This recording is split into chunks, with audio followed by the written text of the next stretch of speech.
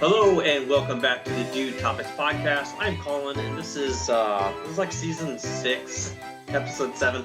I'm kind of eliminated the whole season thing. I kind of stopped that ever since I moved like the whole Dude Topics thing, rebranded and everything like that. So it's really just episode 7 of the podcast. But there's I don't know 80 other ones. So I don't know. I don't know what I should do. Should I keep it like the season and episode, or should I just like have started over fresh? I don't even know because I've got to be pushing like I got to be pushing like 100 episodes or something like that, so, close to it anyway. So anyway, moving on from that. If you have a question or a topic that you want to ask me, you can do that in the form of a 5-star review on Apple Podcasts or Spotify. You can also, if you're watching on YouTube, hit that like button, subscribe, and comment below, and I will get to that in a future episode. So, moving on. Normally, like I kind of when I do these podcasts, I tend to have like a OneNote document where I dump in like my topics, and then I have like bullet points under those of like things I want to hit when I'm talking, or certain phrases or whatever I want to make sure I say, whatever. But I have like my 4 to 7-ish topics, however many I'm talking about. And today I have 1, 2, 3, 4. I have 6 topics that I want to hit today, and it's really just like things I've been doing recently, or whatever. Some new news that might be out there. If you look at the title of this, you probably know. And then a couple other things that maybe affect men. It's supposed to be dude topics, things that dudes want to talk about. So, but anyway, I have my list of topics, but I have no bullet points for them. I'm just kind of winging it a little bit today. So yeah, just full disclosure, I'm winging a little bit more. I don't know what I'm gonna say, but we're gonna get going. So starting off, dude topic number 1 is travel. I've been traveling a little bit this week. Nowhere super far, but I live kind of like north central Ohio, a little bit a little bit north of central Ohio, and uh, I just went down to Kentucky, so about 5-hour drives, like 4.5. But by the time you stop and go to the bathroom, grab something to eat, get gas, whatever, yeah, it's 5 hours. So about 5 hours away down in Kentucky, we have a customer down there, and I have somebody. Without diving too much into my job, I have somebody that works or that reports to me, supporting a customer in like southeast Kentucky.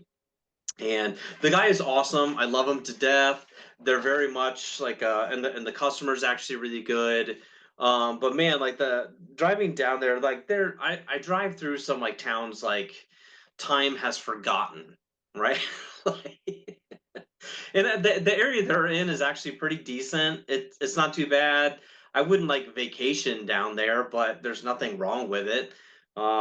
It's just a smaller little city, and so yeah, there's not a whole lot to do there, unless your family's there or you have a job, something like that. But yeah, it's not like a vacation spot. But yeah, I drive through a lot of locations that's just like, holy crap. Like, I feel bad for anybody that lives in this area. Every state has those. I just feel like when I make this drive down there, which I do probably once a year, maybe twice a year, it's some rough stuff going down through there.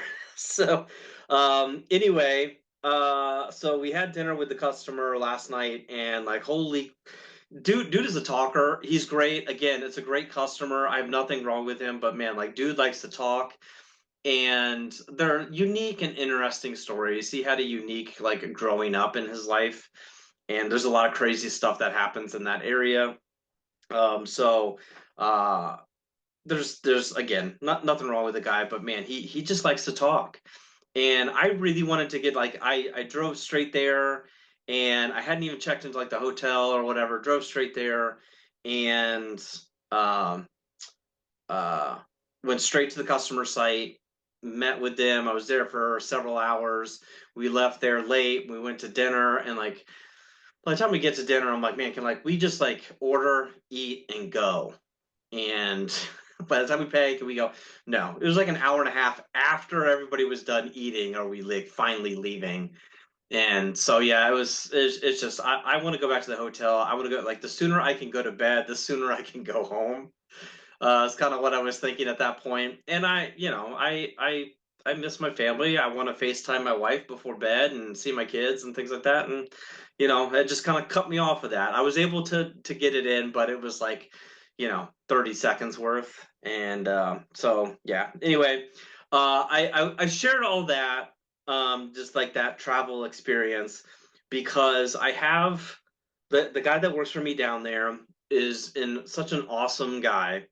I kind of mentioned one time, like sometimes like on the weekends or whatever, like I have a record player and some records or whatever, and I like to listen to them on the weekends.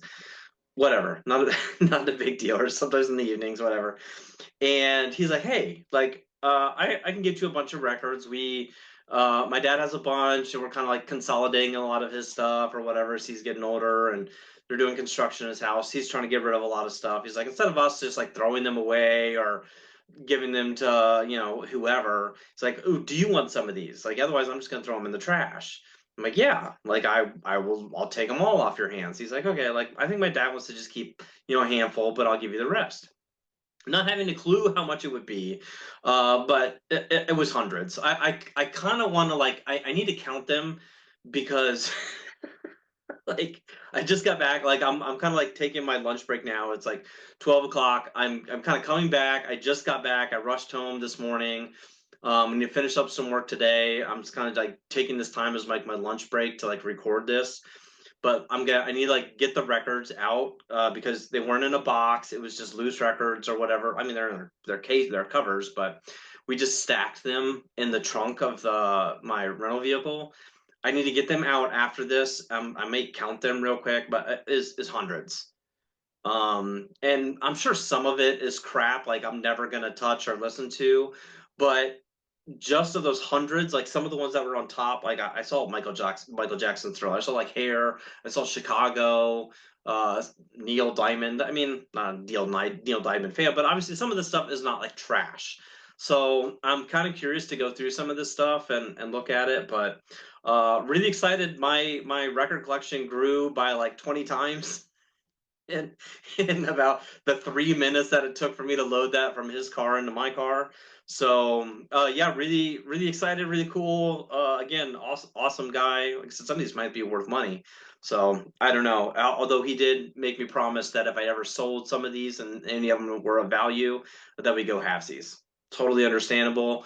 I'll hold myself to that. All right. Do topic number two, is the rookie. So I don't watch much TV, and if I do watch TV or TV shows rather, I'm streaming it, and it's like a comfort show for me to like go to bed to. It used to be like Friends way back in the day, and then like The Office, and then like it was IT Crowd for a while, and then like MASH, and I watch a lot of MASH as well. But here recently, like the last year or whatever, year and change, like I've watched a lot of Seinfeld, and it's just like those shows that I know everything that's happening, that I can close my eyes, roll over, and just listen to it, and I can picture like everything that's happening. It's hard to watch like a news show like that, have a show like that where you don't have to watch it. You can just kind of listen and you know everything that's happening. But I stumbled across a show called The Rookie. If you haven't seen it, I highly recommend it. It's actually been exciting. I stumbled across it by accident, just like watching clips on YouTube of stuff, and it just showed up in my like For You page of clips from The Rookie. And like I would see it every once in a while, whatever, a month ago, a month and a half ago, I'd see like little clips of it, and I'm like, oh, okay, that's kind of funny, or oh, that was cool. I and then eventually, like after seeing like a dozen clips, I'm like, this show actually looks really good. Why am I not just watching it? So started watching it on Disney Plus, and yeah, it's a good show. Not gonna lie, this might be like the first like actual cop show I've watched.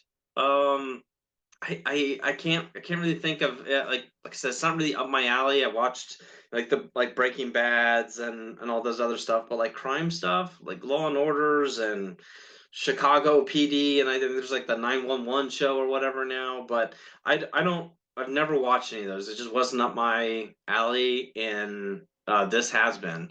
I think more or less just because it adds. It's not like all serious. There's like scenes in every episode where it's funny, it's wholesome, and it's like intense where you're on the edge of your seat type of stuff. So it's a good mix, and I feel like you can binge watch it really easy. As a matter of fact, like I've been able to binge watch it really easy. I'm already in like season 6, so I'm almost caught up to where it is like live. So I know they're making another season, so like season 8, I think they're gonna start filming. So yeah, again, I'm really excited for it. I've loved it. Highly recommend it. So if you watch it already or I talk you into watching it, let me know what you think.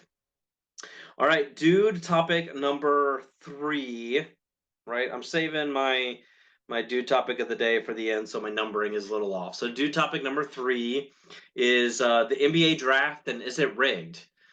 So I brought this up. I jotted this down the other day because my son and I were talking about the 1984 draft or 85 draft with Patrick Ewing going to the Knicks. And back then it was equal odds of the bottom 13 teams. And nowadays it's a little different. The top 3 teams have like a similar amount of odds, and then 4 whatever. So you just have like an increased chance of getting it. It's not a guarantee, and but it takes away some of that tanking aspect. Like it's not a guarantee if we just suck horribly that we're going to get the number 1 or number 2 pick. There's chances you get the number 5 pick. I would think like the worst team in the league got the number 4 pick. I think the Hornets. I could be totally wrong. I think that's what I had in the back of my head. So the worst record in the league got the 4th pick. So, or maybe I had that backwards. Like the Mavericks had the 4th worst record and they got the number 1 pick. But anyway, Mavericks got the number 1 pick. They really shouldn't have. They didn't have the odds to get it. I'm sure the Hornets fans are pissed, but Mavericks got the pick. And that's more and more people are thinking like, okay, NBA is rigged because of the whole Lucas situation or whatever, and they're just trying to get like rebuild the Mavericks or whatever. So I don't care about that, to be honest. But my son had brought it up, and he's like, "Well, what do you think about this?" And so I shared with him the whole Patrick Ewing draft. And back then, with it again being like everybody had cards, and it was equal, so they had these big envelopes with the logos in there on a little piece of paper, like cardstock, and they were all dumped into a big clear plastic ball that you could see through, and they'd crank it so it's like you're going to bingo, and they'd spin it around, and then the commissioner would pick out and say, okay, here is pick number 1. I'm going to put it up here, and like he'd have like the slot board behind him with like the all the picks. It's like, okay, this is pick number 1. It's like, so now I'm going to do pick number 12 and pull it out. All right, the 12th pick in the NBA draft goes to whoever, and then he would work his way all the way through there until he'd get to the final one, the ball, which would be the number 2 pick. So he would say, okay, so in the NBA draft, the number 2 pick goes to this team, which means the number 1 pick up here that I put up here, it belongs to the Knicks is who it was, and everybody felt it was rigged. There was like the whole frozen envelope thing. There's all sorts of conspiracy videos about it if you go and watch it, but it is fascinating. I am a believer that it was probably rigged. In my opinion, I think it was. If you watch, like one, they needed to like for the Knicks or for the NBA to like really succeed, they needed the Knicks to be good.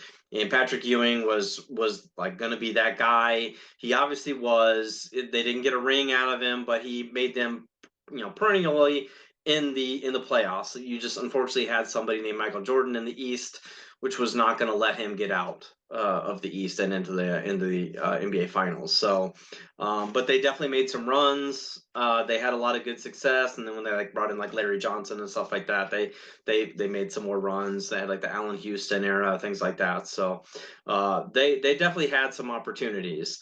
But again, in the ball, like if you watch that like video on YouTube of them like placing the envelopes into the little like, well, it's not little, it's a big ball. As he's putting them in there, uh, he's got the stack of like 12 or whatever. He's like gentle toss, gentle toss. It's like you're stacking them all on top of it. Just set them all in there. He's gonna spin it. Well, he's like gentle toss, gentle toss, gentle toss, gentle toss. And he takes one randomly and like throws it like sideways at a weird angle against the side, and it drops down upside down. And then gentle toss, gentle toss, gentle toss. So he tosses all 12 of them in there, but one randomly in the middle. He throws sideways into it at an angle where it flips upside down. It's like, okay, why did you do that? Right? Why not just toss them all in there randomly, or just put the whole stack, just gently toss the whole stack in there at once, and then let him spin it. So I don't know. Whatever. So again, it's insane. It's weird, but I'm a believer. At least that one was rigged. I totally believe that. All right. So that's what dude topic number one, two, three is now I'm on to dude topic number four, which is sad. Like I'm not a huge watcher of this, but dude topic number four is the Outdoor Boys. I definitely stumble across these guys every once in a while. They have some like great wholesome content. The dude is awesome. The videos I watch of that guy, he's just middle of nowhere Alaska, great survival stuff, building like dug out caves or whatever of snow, making snow bricks, making his own like igloos and sleeping in there. And what's this like, I know he's got like three rules and he'll only do two of the three, or he'll only break like three of the rules. He's like, I'm okay being hungry, I'm okay being cold, and I'm okay being wet, but I'll only do two of the three at once. Right. So he's like, if I'm gonna be cold and wet sleeping out here, then I'm gonna have a full stomach. So he'll eat a lot. And but yeah, it's great wholesome content. It's family friendly, it's fun. He's gone through some pretty crazy stuff. I don't have the cojones to do that. Obviously he knows what he's doing. Most others do not in that type of survival situation. But I know he like 6 months ago or so he stepped back, and it was like every Saturday he was making stuff, and I guess he was working like 60 to 80 hours a week of like recording that content and then editing that content and uploading that content and all this stuff. So he was working a lot just for like that one video a week. So obviously that kind of sucks. And probably part of that work is him like prepping for his trip out there, getting like the food ready and packing up and all that stuff. So that probably is a good portion of it. But then obviously the editing and stuff that takes time. Exporting videos and everything, it's somewhat time consuming. I've made thousands of videos. I know some of them I rush through and I don't edit a ton, but there are some that takes me days and days and days to make. I don't do them too much anymore. There was a lot of like older like Apex Legends videos that I used to make. Again, I'm not doing that anymore, but when I used to make some of those, or even like some older like GTA videos, I would spend a lot of time on that, making transitions right. I think like one of the first montages I did in Apex Legends, I forget the song. It was a really unique remix to uh Pop Goes the Weasel. I forget who even did it, but I put that in there, and I spent days like editing that video of like timing everything to that song. So like you couldn't even tell like certain parts of the clips were like just sped up. It was like 1.04 speed just to match and time things. But again, it took a lot of time. So I know like editing wise, like it takes time to do things right.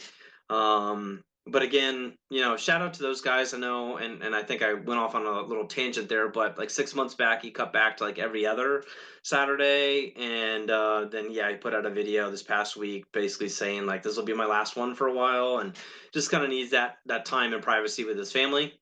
So totally respect that, totally get it. So. But yeah, shout out to those guys. A lot of random wholesome content out there for those guys, and hopefully he's able to come back, and even if it's like once a month thing, that would be great.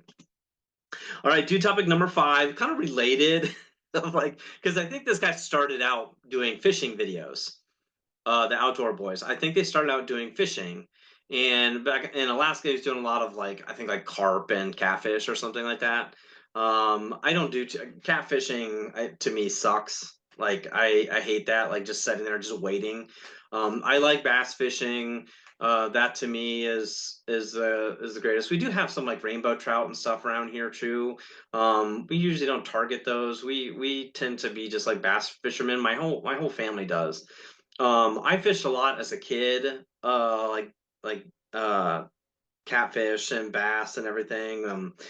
Mostly just bluegill as a kid, right? I'd be like earthworm fishing or whatever. So I would get a lot of bluegill, but we did that a lot as a kid growing up. I had 2 ponds on our property, and yeah, so spent a lot of time fishing, and then kind of gave it up to my teens, and then in my early 20s when I met my wife.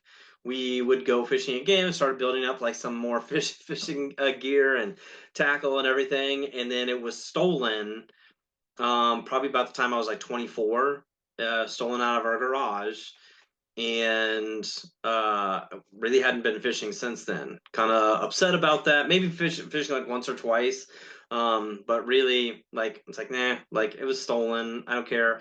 I had family. I was married, kids, jobs, whatever, other things taking me away from that, and it was just something I fell out of. But about a year ago, my daughter randomly was like, "Hey, like I would like to take this up," and it ended up turning into like a whole like family bonding, family whatever, and it was great. Yeah. So again, that's one of those things like I highly recommend. We're into it, but we're not like going out every other day. We're going out once a week and going fishing sometimes in the middle of the week or a weekend or whatever. We've got our favorite spots, but we go different places every once in a while. And but we kind of stick to our favorite spots when we go, just because it's closer. If we're going in the middle of the week, like I don't want to go somewhere an hour away. Like there's places within a minute or two drive of us that we can go. So we kind of stick to those places, and they've been a lot of fun and gets us outside. And I mean, even not catching anything, it's just a very therapeutic experience, in my opinion. It lets me uh, like re-register or reset my brain.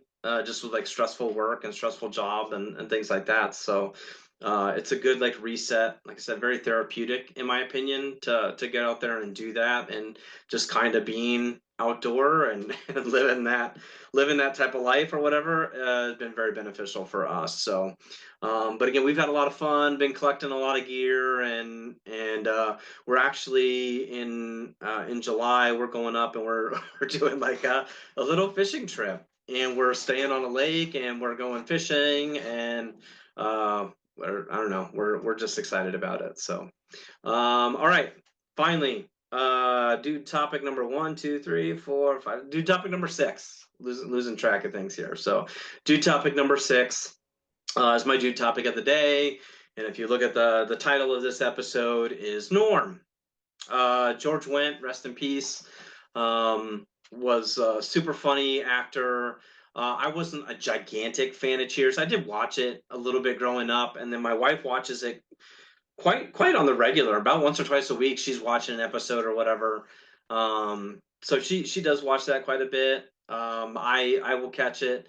I have noticed like a lot this week, last couple of days after his passing, a lot of a lot of little videos and tributes and stuff out there of just like him walking in, everybody yelling Norm, walking into Cheers, and then all the responses and the quips that he has back when people are like, how's it going, Norm? What's shaking, Norm? What? Yeah, those type of things. So, what a great character Norm was in Cheers. Back in 2021, my son and I got a chance to go to Boston. We kind of did a father-son trip out there over the summer, and spent a few days in the area, and it was a super fun trip. Our first full day, our first day there, we were able to just kind of hang out in Providence. We were staying in Providence. We're taking the train into Boston, and so our first full day there, we spent the whole day like downtown Boston, did like the Freedom Trail or whatever. But in the Boston Tea Party, like that was like one big thing I wanted to do. But the one thing I wanted to do on that first day is like I wanted to eat lunch at Cheers and get a beer and everything like that, and go in and see that because it's right there, Boston Commons. It's a short little walk away from where we took the train in, which is right next to the Boston Tea Party. And yeah, was good. I mean, obviously it's based off of that bar, but they don't look anything alike. But you can kind of see the resemblance. And then like looking outside and walking down to it. Again, it's kind of a really cool experience. The food was good, so if you're there, I highly recommend it. I had the fish and chips. My son had a burger of some sorts. Was great. Yeah, I did like the fish and chips. So, but again, yeah, super sad. I remember him also. One of my favorite shows of all time is MASH. And he was in one episode of that as a guest character. Is playing a Marine. They were there on, I won't say like leave, but it was kind of like a ceasefire time. And so they were all bored and getting a little intoxicated. And he had placed a bet with somebody that he could put a billiard ball in his mouth, and he ended up getting it stuck. So I've seen that pop up and around the internet the last couple of days after his passing of him in MASH with the with the 8 ball in his mouth stuck there. So was a pretty funny episode, and George Wendt was great in it. So if you haven't seen that, watch that episode. It's funny. So again, rest in peace, George, and Norm. So okay, that is it for me. Again, if you have anything you want me to talk about or ask for this podcast, leave it in the form of a 5-star review on Apple Podcasts or Spotify, or on YouTube. If you're watching on YouTube, give that like and subscribe, and comment below. All right, thanks all for watching. Later.